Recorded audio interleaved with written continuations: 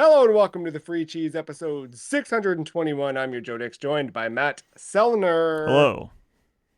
The Free Cheese is a weekly video game podcast about video games, brought to you once a week by thefreecheese.com. This week, the long-awaited Cosmology of Kyoto, a visual mindscape of old Japan, gets ranked on the list. Matt, where would you set of an historical video game teaching you the history and culture of America if you were going to make one? What year, what setting, where are we going? Uh if you want the true culture of America, we can take you back to around roughly 2011 to New Jersey,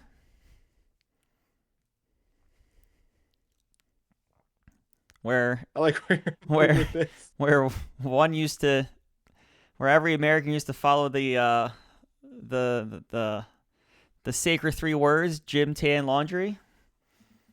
Yeah. And I think The that will that will epitomize America. Ollie D Monogatari, right? I Yeah. get it. I wasn't expecting that. I was thinking like, oh, like Philadelphia somewhere in the 1700s or no. Oh well, Yeah, Will that's Smith, Philadelphia. yeah, so we get there. Yeah. No, I really, Sadly, I think you're I really don't probably know. right. I don't have like a good answer because there's No, I think you had multiple the answer. there's I think that's multiple the way to do it. time periods though in America that are interesting. Go to different locales and whatnot. But yeah, Yeah. no, I think if you want the modern history of America, that's a good. That's one way to do it.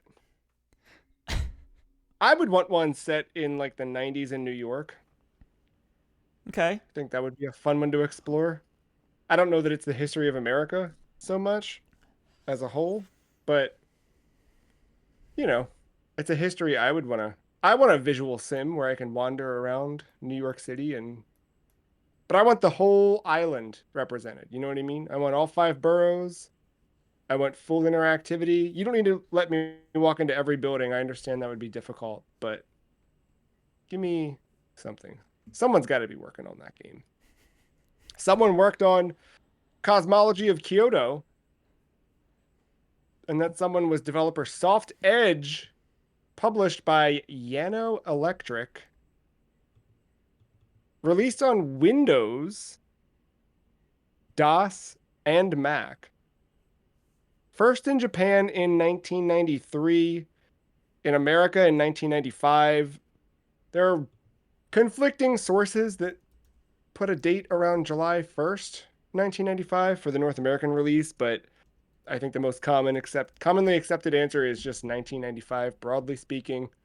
It's also very difficult to find a US version of this game box to look at the back cover of.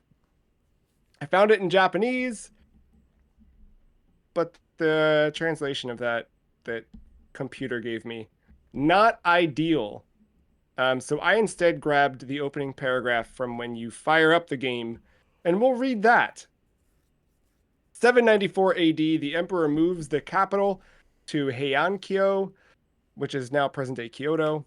In a valley stronghold, the city is laid out on a grand scale, and the stage is set for a new political era. But the move to Heiankyo was forced by a series of power struggles, some of them bloody. The ghosts are not only restless, they are angry. The new capital becomes a means for the sovereign to escape the vengeance of unappeased spirits, to bottle up the powers of darkness, to keep malign energies away. A city of occult defenses is created. Special devices and skills are deployed to protect the national center on the cosmic plane. There's more to it than that, but that I felt was a good stage setter, if you will, for where we start with Cosmology of Kyoto. This is, I'll say it up front, one of the. I feel like sometimes we say, oh, this is a very unique video game. This is a very unique video game. And I think maybe one of the most unique we've played on the podcast, on the show for the list. Where did you come up with this one, Matt? I last summer, I'm one to watch YouTube on my iPad while falling asleep, and I'll stumble across weird. I don't know. I'll go into the fits and moods, and I'll find channels depending on what I'm watching, as a YouTube for you recommendation does. And I stumbled across a YouTube page that had like some obscure, some more obscure titles, a lot in the point and click realm of things. And then this one came up. And I think like they let off the video saying like this is a educational horror game, and that like immediately Yeah. piqued ears. I was like, education and horror, okay. And then like I watched like the first 3 minutes of this video, and I liked like the imagery. I liked kind of the setup. I liked yes,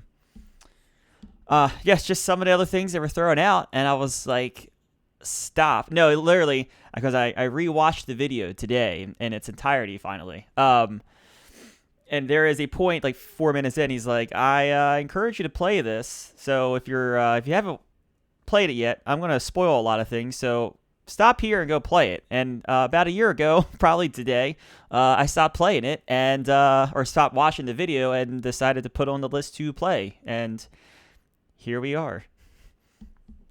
Yeah, I'm really happy you did because it's one of the weirder games we've played, and a really interesting one to talk about. I'd never heard of it prior to that either. Um, it has quite a cult following the more you kind of look up and read about it.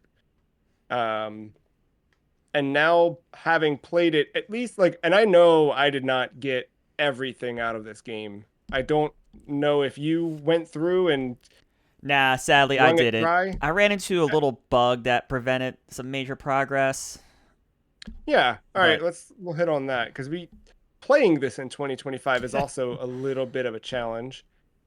But I think playing what I did play, and as much, I mean, I'm not saying I got to an ending, but there's definitely like, there's multiple, it's an adventure game, right? Like there's multiple endings, there's multiple paths you can go down. There's the choices you make impact the flow of the story and your journey as a character.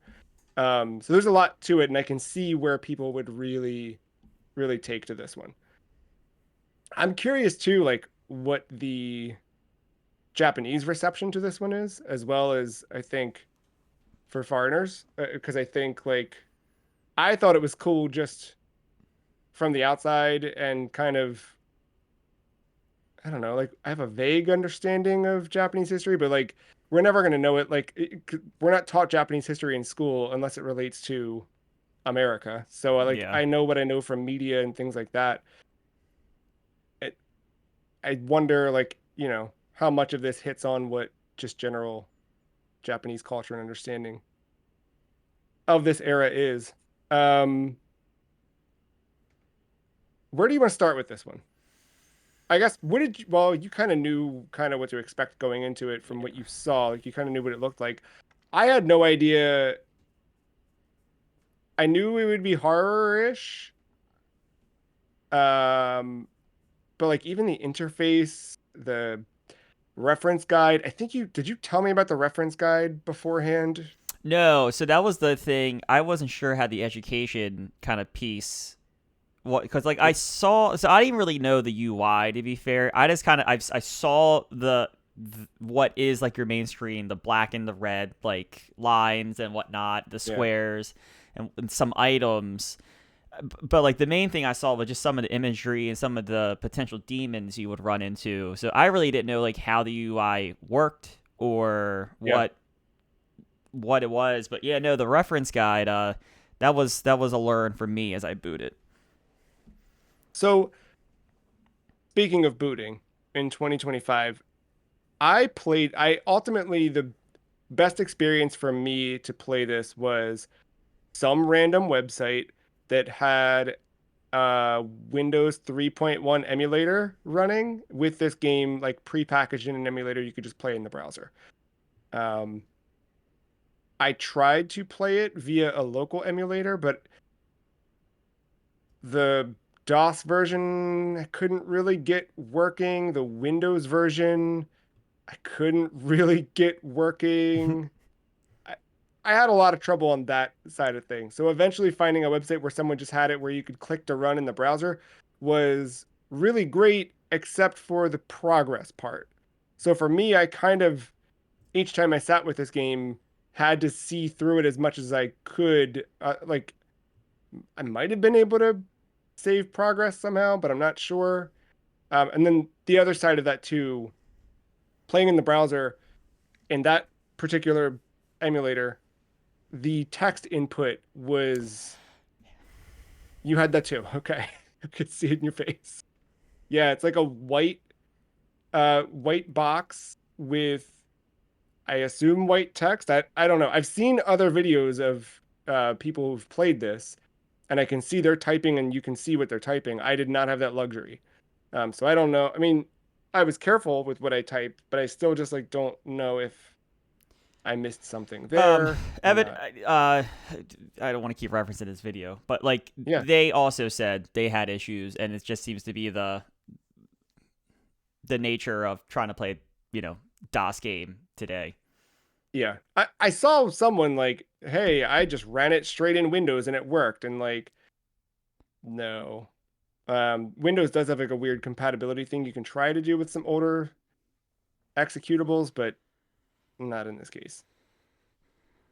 Did you also go the browser route, or did you just have a different local emulator? So I attempted the browser, and then I got to like the no text thing, and I was like, dude, I don't know. I feel like I might need this. So I went the whole route of DOSBox and getting it Mm-hmm. running there. Just and that took, I don't know, that took way too long than it Yeah. needed to be because I don't totally understand DOSBox. Like I know the idea of DOS. I just using it today. I don't know it that well. But I did all this work just for me to have for the same bug, which was Yeah. infuriating. So I ended up just sticking with DOSBox. But Yeah, it's probably better to have it but local and then that's where some of my progress, like I was able to really poke around that first main kind of section of the game and yeah. get a lot of the events and talk to a bunch of people and stuff. But at one point, you interact with a priest. You go Mm-hmm. into like his little area where he has like a temple and whatnot, and he asks you a question about following you know, his religion or his like leadership or you know, something like that. And I kept typing yes and hitting enter, and nothing would happen. I kept typing yes, and then I pulled up a GameFAQs guide, and I made sure like you hit That's what yes, you're, yeah. and I just could not progress it. And unfortunately, it was on the last day I was available to play video games up until this recording. So here we are. Yeah, that a lot of that stuff, the one session I had, it seemed like typing just kind of worked, even though I couldn't see it. Another one, it seemed like everything I was saying to the dude who was talking, this was like some guy who ended up killing me. So like I clearly didn't answer his questions correctly. Um, yeah, a little tricky in that regard. Um, but I guess let's start with the start of the game. You start off with, you're entering your name and you choose your marriage status and your gender. And then you choose your face. Did you have fun with the face designer? Yeah, I have to say this had a better character creator than Endless Ocean. Yeah, it did. And you didn't need to I don't know, do things to in the sea to unlock different, well, I guess you never unlock different hair in this, but all right. So maybe Endless Ocean has the better hair options, but yeah, face options. This takes the win. Body options too. You've got super thin, a little pudgy, and very large. Those are your three choices, which, yeah, kind of matter, but kind of don't matter because you will reincarnate several times throughout your experience. Yeah, most likely. Yeah. Um, and then when you start the game, you are in a field. You get that scroll that I kind of read from earlier, but then you wake up in a field, and within the field, you this is the part to me where I was like, man, is this bugging out or is this like intentional? And like, it's intentional, I think. Yeah. But you have like, so the game screen while you're playing, if you've not seen this game, at all times there's a thin, not thin, like I'd say a third of the screen is this long rectangle, and that's your view, right? Like that's what you're looking at. That's the map that you're wandering in. That's the art of the game. That's the game. No, Um, no different really than any other kind of like point and click where you have Adventure, like the yeah, screen like that, and then like your inventory and stuff at the bottom. Yeah. right. Yeah, the difference happens with that inventory at the bottom Yes. where That kind of is. not there. Yeah, that's a Um, lot of blank space. it's weird. Yeah, it's split into four sections, two in the bottom right and left, and then in between those two, another like top bottom. And when you pick up an item, or when an item is meant to be interacted with the scene in front of you, it'll appear in the top middle portion of that. Um, yeah, the bottom left and right are there. They also have two little interactable buttons, and then your top right and left are reference and settings. So I'm peeking at it now, so I have it in front of me. Um, Settings lets you configure not a all, ton, all but four like settings or whatever. Yeah, like volume. yeah, Think you can turn subtitles on and off, but if you're playing in English, that seems like a terrible idea. So yeah, you probably want to keep those. The top left is the reference section, which is the coolest section of this video game. Um, so it's two things. One, it's a contextual guide for whatever you're interacting with, and two, it's just like an encyclopedia of not broad Japanese culture and history, but Japanese culture and history as it relates to the events depicted in this game. So there's, sort of like a Bible of sorts of things that make up this game. I say that in the sense of like the Doom Bible, where there's a massive reference to everything that's in Doom. Like everything that's in here can be found in this reference guide. When you're attacked by a demon, it's not just some demon, it's a specific Oni. It's, whatever. Like, and you can read all about that in the reference section. Um, I yeah, It because happens with like, yeah, I was gonna yeah, say because this game, like I think just about everything in this game is tied to either what is known history from Japan or Kyoto specifically, and or folklore, uh, from this time period. So yeah, like a demon is not yeah, like you just said. A demon is not like a random demon. It's usually related to a folklore tale or something specific. And then, like you said, you could go and click reference. It's so funny that this game has that because this is exactly what Final Fantasy 16 did. did it really? Yeah, Final Fantasy 16 at any time when you're in a cutscene, I think you hit the touchpad. I don't know. I'm sure there's a key for it on PC now, but on PlayStation, it was the touchpad, and it'll bring up like a pause menu, a little bubbles, and it will tell you about like the factions and or the item or whatever or people they're talking about in that cutscene. That's really, yeah, I remember that now that you say it. Yeah, I wonder if they got that from I this. I'm like very curious after playing this game. Yeah, someone needs to do that Because it interview. is like And exactly the same. Obviously different UI, a little bit yeah, sexier but because it's Final Fantasy Square Enix, but yeah, no, yeah, functionality is the exact same. yeah, that's funny. Um, it's really, really cool though. I mean, literally anything you're looking at, you can just stop and say, "What is this?" Um, and it breaks it down. In some cases, you kind of need it because it's going to help you. Like it'll guide you toward the next step or the solution to whatever interaction you're doing. Yeah, Um, and yeah, there are. It's an adventure game too, so the choices you make, they dictate what kind of happens in the screen.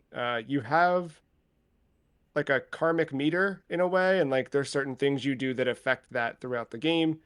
Um, but also because this is sort of reflective of the six realms of Buddhism, you will go through those six realms throughout the game. Those are hell, hungry ghosts, animals, asheras, humans, and heavenly beings. And the first time you die, you go to hell right away. Uh, Demons rip you apart, do all sorts of gross stuff to you. Um, So that yeah. system plays off of karma. So depending on when you die, how much karma you have, it determines Oh, what layer of hell you go to. so And that's why I went to hell because I stole a bunch of stuff right. pretty early on. Um, Got it. and then I did give a guy money though.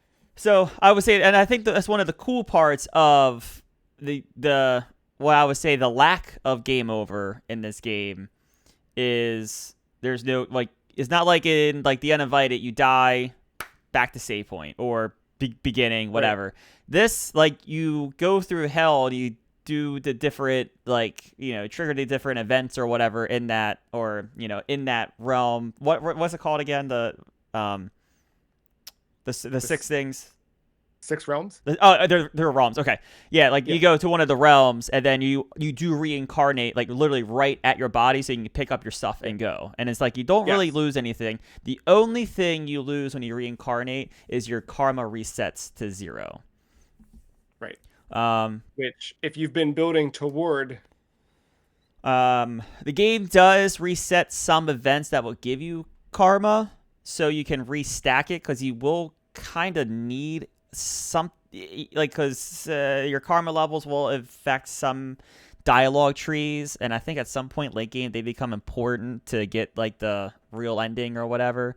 So the game does allow for some flexibility of getting those karma points back, but yeah, that's how dying in this game works, which I thought was really cool, unique, and I don't know, it kind of made me want to like. Before I knew about the karma thing, I kept wanting to die to see what realm, yeah, yeah, yeah, I yeah. would go into. I also want, after playing this, I want like a modern game that uses Buddhism as a platform for the game. Like I want this like death experience to be used in more video games. I think it's a really, really unique approach to it. Let me see. I'm just checking back through my notes to see sort of like progress wise, like what happened next up for me.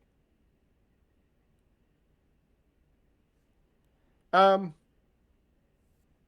Is that out? I mean, outside of death, I'm just like looking at my notes where I jotted down like talk to guy, got hit. Like there's just little things that happen. Like you talk to people who are around the town. It's an adventure game, right? Like you're getting clues from certain people that take you to a new section. You interact with it and progress. There's one spot I remember like pretty early on because this game, the horror piece, I think is something that we haven't really touched on yet, and it it didn't go as deep as I maybe thought it would in terms of like horror, but the whole game is just sort of eerie and Mm-hmm. everything is like I think the art style is very reflective of like a weird I, I don't want to say Edward Gorey, but something to that effect. Like just like a cool the illustration styles, I don't know. It's just kind of Yeah, I don't. creepy. Yes, I agree. And the variety of just different things that happen and kind of like there's some body horror, especially like in the different Mhm. realms as you die that I think are pretty well executed and look really cool at a visual The level. one where the demons like pour something through your butt and it comes out of your mouth. It's so cool. Yeah, there's some wild stuff. All the even like when there are animations, it's not like anything crazy. You're not gonna get like the smoothest animations, but there's so many good transformations of like just different like human into horror or like slow reveals of like demon type Yes. creatures and stuff like that works so well. And I think the music and some or ambient noise and sometimes the lack of it's really good. And then when it does happen, it's like, ooh, what's good? Like Yeah. very early Yeah. on, like it's quiet, and you take like 3 or 4 steps forward, I guess north. once you kind of get into Kyoto after the initial intro sequence, and then like you come across this temple, and like when you look right at it, you start hearing like all this like humming and strange like noise that are just creepy coming out of it, and then you never end up go. I don't think you ever end up going into that temple, but it's just there just to kind of like add to the atmosphere. Set the stage. Yeah. Yeah, there's one scene you described the like animation of things where like because generally you're looking at static images that will just like it's not there's a little bit of real time animation, but like it's you know slowish. There's one though where a it's a little bit later on. You wander into a space.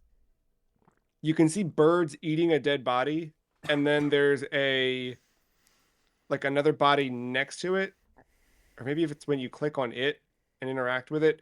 Either way, you just get to watch like the decay of a body over time, but it like decays a little bit. It bloats to the point of like whatever, like, and it's all like very natural to the human death experience.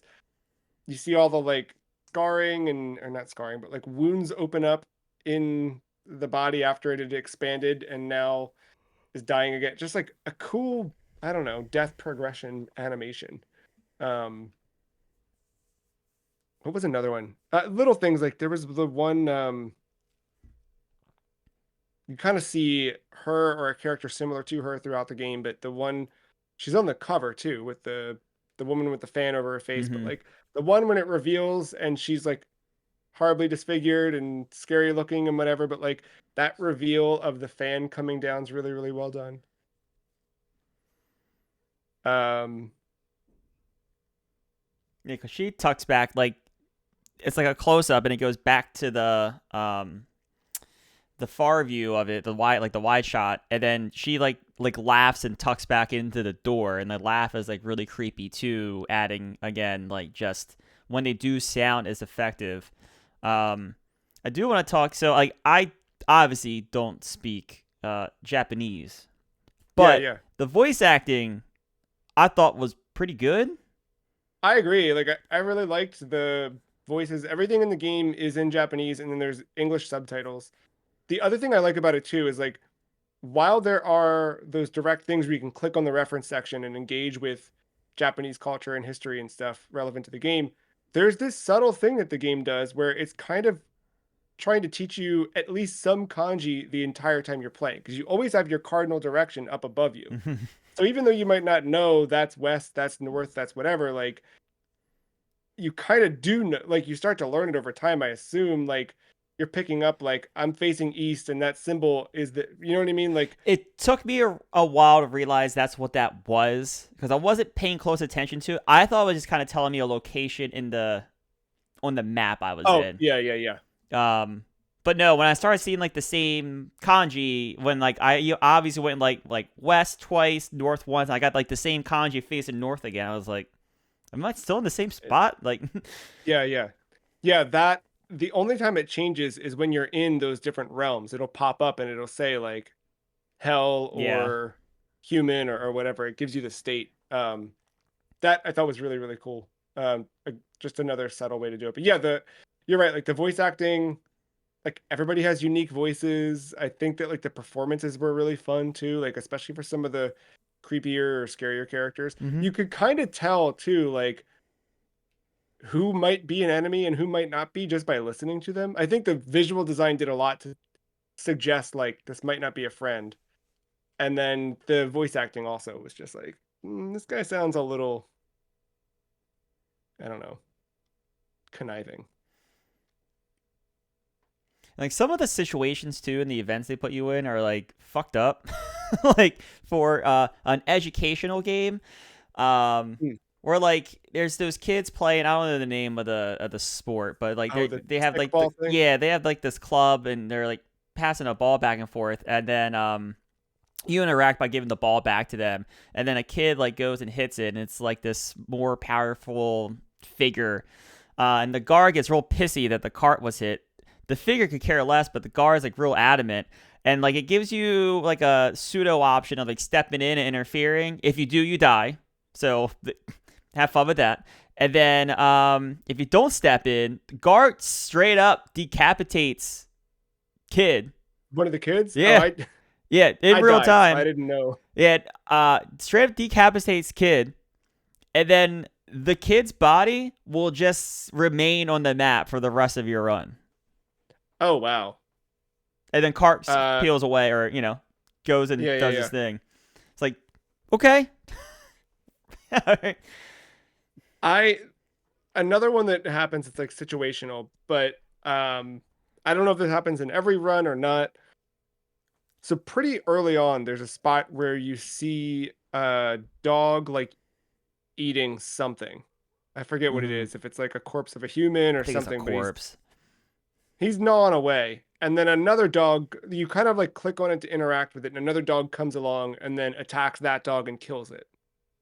And then later on at some point, you are reincarnated as that first dog.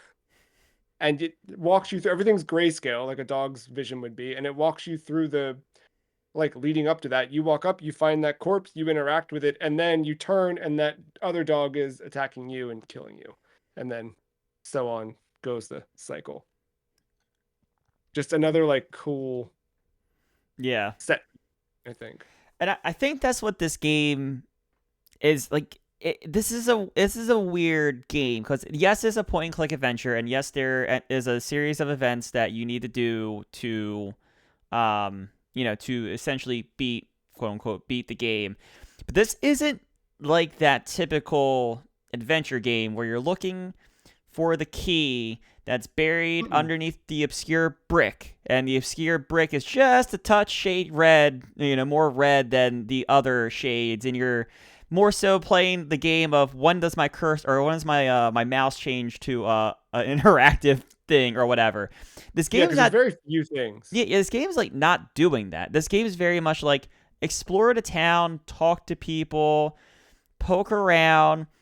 The fact that there's not that game over encourages you to like, I'll go down Make a that weird mistake. looking alley. Sure, I'm probably not going Right. to survive it, but why not? Yeah, I the next haven't seen it guy yet. says, "Hey, come here." I will. Sure, yeah. Um, this game's like really inviting to those events, and I think that's what makes this stand out as opposed to some of those other ones. Because like when I was playing this, I know there's years difference, but I just kept thinking back to the uninvited. And maybe it's just because of the theme and the atmosphere and stuff like that. But like Yeah. as I'm playing this, I was just, like, I'm sure we'll talk about when we get to ranking, but I was just like, I'm having much more fun playing this than I did the uninvited, just because like I'm so encouraged to just go explore, and I'm like interacting with all this stuff, and not that to say like I'm learning, even though the reference is there, but I just thought like a lot of the event stuff that they put in front of you was really cool. One to just kind of just see, because again the visual design of this game I think is really good, but just Yeah. see how like the interaction plays out and how that dude is going to kill you. Yeah. I think you're right. I think it's the lack of consequence in this that makes it encourages that kind of wandering. Because in you have that in other adventure games, but in a game like Uninvited, I'm quick saving Right. constantly in order to make sure that if I make a mistake, I can just quickly reload and I'm not And screwed. not even just the quick saves, but you're probably managing like 8 saves in case you need like A I need to rollback go point. back like Yeah. a 2 rooms or something like that too. So Yeah. yeah, it's not that that's a stressful experience. It's not even annoyance either, but it's just another thing kind of taking you out of the experience in a way. I mean, I'm even doing that as we've been playing Deus Ex this Oh, summer. Like, absolutely. Are you kidding me? quick saves on that, and like, I what happens if I go in here and do this? Oh, never mind. Let me reload my last load. let alone an area in that game. There's not a building I'm not saving 2 save files Yes, and a quick save file at all times. yes, you need to. But yeah, Cosmology of Kyoto. Not only did I not have the luxury to save because of the nature of how I was playing it, but like, you didn't need to, kind of. No, Um, like I said, the bug, like the bug deterred me from like getting to where I wanted to get to with that game, but I restarted it like each session because yeah, I didn't like it wasn't like I lost much anyway in each play session. Um, But no, I had like no problems doing it just because of the way like all right, so I started my last game going north. I'll go east and see what I find this time, kind of thing. Yeah, yeah. Um, yeah, I mean, ultimately, I did use a guide to get through the rest of this to sort of look at the events that you need to do to go, go, go, go. But I don't think you really need to, I did that more out of convenience and time. I think you can probably, You end up needing I think 3 items yeah. or 2. You need the Yeah, sutra, you need the bow, and I can't remember if you need do the you need the sword? and that's the one I was like I don't know if you need the sword or not. But definitely the sutra and the bow are the 2 things you need. And the bow, there's 2 ways of coming across that. It's um you can steal it off a guy, which that's an hilarious encounter. You can steal it off a guy, and then he wakes up and he's like, "Who stole my stuff?" As you're hypothetically standing there in front of him, he thinks a demon stole it, which is pretty funny. Or you can buy it from a market that's in the first part of the game with coin that you find. Yes, the coin that you find. Um, Yeah, and the sutra you get with the one thing I was telling you. I think you get it from that priest as you're going The through. priest. Yeah, Yeah. if it would allow me to say yes, I would have. I was literally, I think, a dialogue box away from getting the sutra to start defending myself. Um, did you like Cosmology of Kyoto?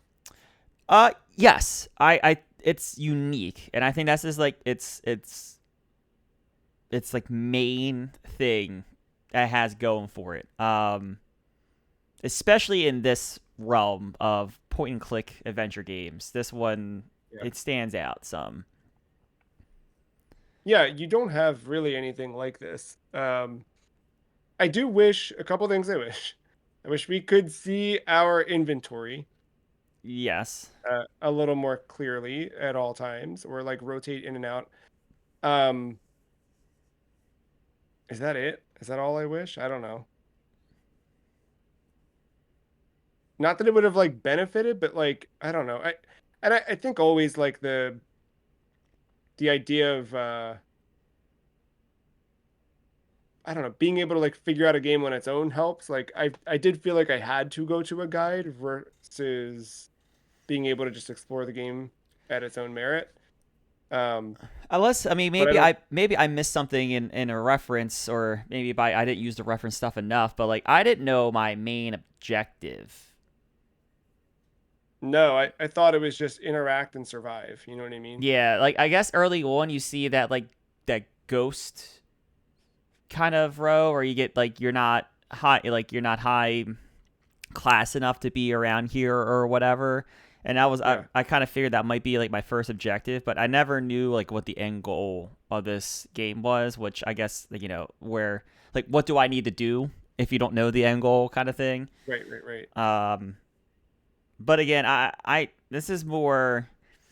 I don't think I play this again or attempt to like get this to, like get past the bug or whatever to like beat the game per se. I think I do it to see more of the game One and hundred see percent. what else I can find or weird or just be there just like to see or experience that moment kind of thing. Yeah, that was the only thing that ever kept me moving back forward. You know what I mean? Like it was, what else is in here? What other things haven't I seen? What scenes haven't I triggered? Um, that kind of thing. Is there a happy ending for me at some point? Because so far there had not really been. Um, what more do we say about Cosmology of Kyoto? I really don't think there's terribly too much. I mean, talked about the main base of the game. I mean, we can just sit here and talk about various events, but I think talking about them and not having, not like seeing them are 2 kind of completely different things that I think would just take away from a potential experience for anyone listening or watching. Yeah, you should see your tongue get ripped out, not have me tell you that it happens. Um, It's a shame that this isn't more easily playable. Like if this were on Steam, it would be great, but it's Not. not. Yeah. You can find it. I mean, it's people have versions out there you can play, and I think it's worth it. Or you can check it out, watch a video of someone's playthrough, and see what it Yeah, there's stuff there. has going for it. You don't get the, you know, the weight of your choices because that was something I did appreciate in this game. Is like I felt like when I screwed up, I screwed up. You know what I mean? And Mm-hmm. I felt it outside of the game. I feel like in some adventure games, you have that sort of mentality of like, all right, well, quick save and try again and whatever. In this one, I felt like outside of the game, I was being affected. Like my own karma was being judged. You know what I mean? Okay. It's like, no, no, no. I'm a good person. I don't need to be filleted. Maybe I do. I guess. I don't know. Well, Matt, every video game we talk about every week gets reviewed on a list that we call the list. Listener, you can follow along at thefreecheese.com/the list if you're listening. If you're watching, it's on the screen right now. And there's a bunch of video games we've reviewed. We are at 148. This will be our Shoo. 149th game. Um, Shoo. yeah, I know. We're almost at 150. I've got this one for me as the new 46 Okay. between the Guardian Legend and Ring Fit Adventure. Okay. How about you? I went lower, but I think as we talked, you might have already gotten me to jump a little bit. So I have it as the new 83 between Snatcher and Endless Ocean. Shoot, man, I forgot about Snatcher. Snatcher's too low. Yeah, I kind of saw that, and I was like, I kind of still like Snatcher as like our pinnacle adventure point and click kind of thing. Yeah, yeah, I agree. But if you kind of throw that out, like you kind of can do some of this stuff, and I can see this climate. I don't know how far you get me the climb, but Well, here's the thing. I like as I'm coming down, like another one that hits me as I look between where I said and you said is Sweet Home. And I think Sweet Home is way better than I agree Cosmology with of that. Kyoto. Yeah, yeah, So then I'm looking and I'm like, all yeah. right, Sweet Home then we're falling 60. again. And you got me. I think you might be right on the money, actually. It has a better character creator than Endless Ocean. We've established that, so that That's puts it kind of above why. Endless Yeah. Ocean. Um, and Snatcher is another one. My memory of it, I might be wrong, but I don't recall too much like heavy consequence for loss in that. Like I don't. I think it's kind of game overed and just kind of picked up where you were, if I remember Yeah, correctly. maybe I just didn't have that many game overs or something. There weren't that many opportunities to game over. Like Like it the was end only of if you it. failed one of the shooting Yeah, like sections, right? really the end And of it, really. yeah, so another one where like not a ton of like downside to playing poorly. Um, yeah, I think let's do that. Okay. The new 83 Cosmology of Kyoto. Congratulations to Cosmology of Kyoto. I um I think everyone should play it. I think it's a weird, cool experience and a journey to enlightenment that you should all go on. Um, Yeah, I'm excited that we played it. yeah. If you were just curious, just do the one of the abandonware websites. But if you are curious about trying to like use a save or whatnot, maybe it is worth downloading DOSBox Yeah, I agree. to do all that. It's really not once I found like a good Reddit thread or how like a good like how the hell do I run this kind of thing. It Yeah. was fine. Yeah, so go check that out and then come back next week We're going to take the Shinkansen northeast to Tokyo and then drive around in a circle for a while as we explore Bugs in My Face and Genki's Tokyo Extreme Racer 3 for the PlayStation 2. Until then, thank you, Matt. Thank you for hanging out. We'll see you next time. Bye.